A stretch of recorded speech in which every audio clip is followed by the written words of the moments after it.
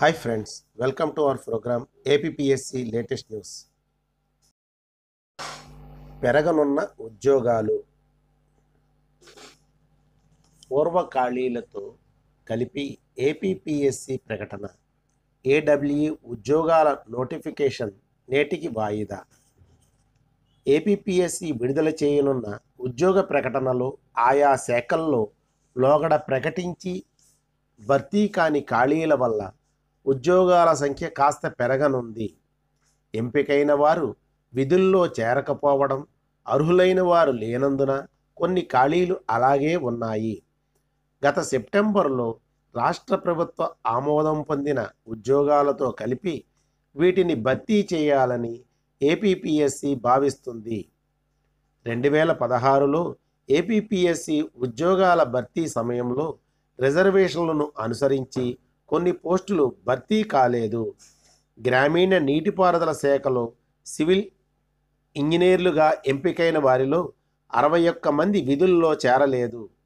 రిజర్వేషన్ల మేరకు అభ్యర్థులు లేనందున 17 పోస్టులు భర్తీ కాలేదు. వీటిని కొత్తగా జారీ చేసే ప్రకటనలో కలపనున్నారు. 300 పాలిటెక్నిక్ కళాశాల అధ్యాపకుల పోస్టుల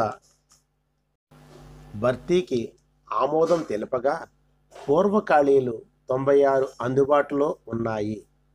200 డిగ్రీ కళాశాలల అధ్యాపకులకు గాను పూర్వ ఖాళీలు మరో 129 కలిసే అవకాశాలు ఉన్నాయి.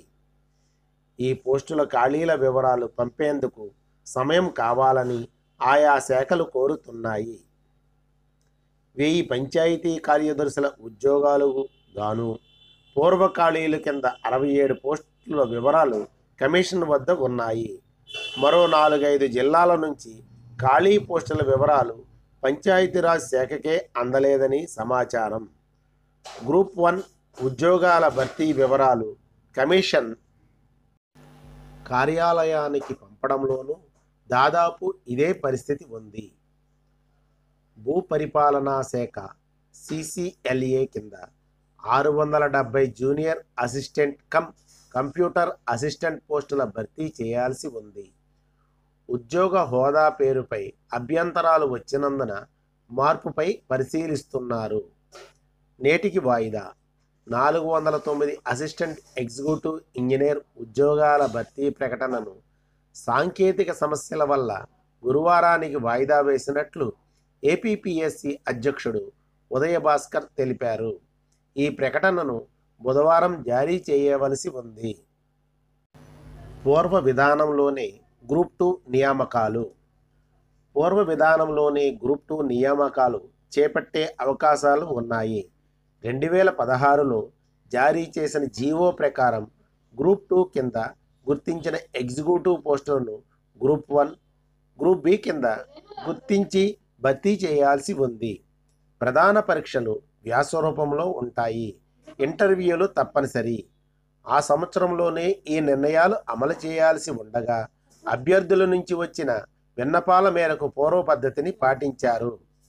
ఆర్థిక శాఖ ఆమోదించిన గ్రూప్ 2 పోస్టుల భర్తీలో ఎగ్జిక్యూటివ్, నాన్ ఎగ్జిక్యూటివ్ పోస్టుల భర్తీపై స్పష్టత లేదు. 2016 జీవోను గ్రూప్ 2 పోస్టుల భర్తీకి అమలుపై స్పష్టతనివ్వాలని ప్రభుత్వాన్ని లిఖితపూర్వకంగా కమిషన్ కోరింది. ఈసారి కూడా పూర్వ విధానంలోనే పోస్టులను భర్తీ చేపట్టడం మంచిదన్న ఆలోచనలో ప్రభుత్వం ఉన్నట్లు సమాచారం. మీకు ఈ ప్రోగ్రాం నచ్చినట్లయితే లైక్ చేయండి, షేర్ చేయండి, సబ్స్క్రైబ్ చేయండి. మరిన్ని అప్డేట్స్ కోసం మా ఛానల్ సబ్స్క్రైబ్ చేసుకోండి. Thank you for watching.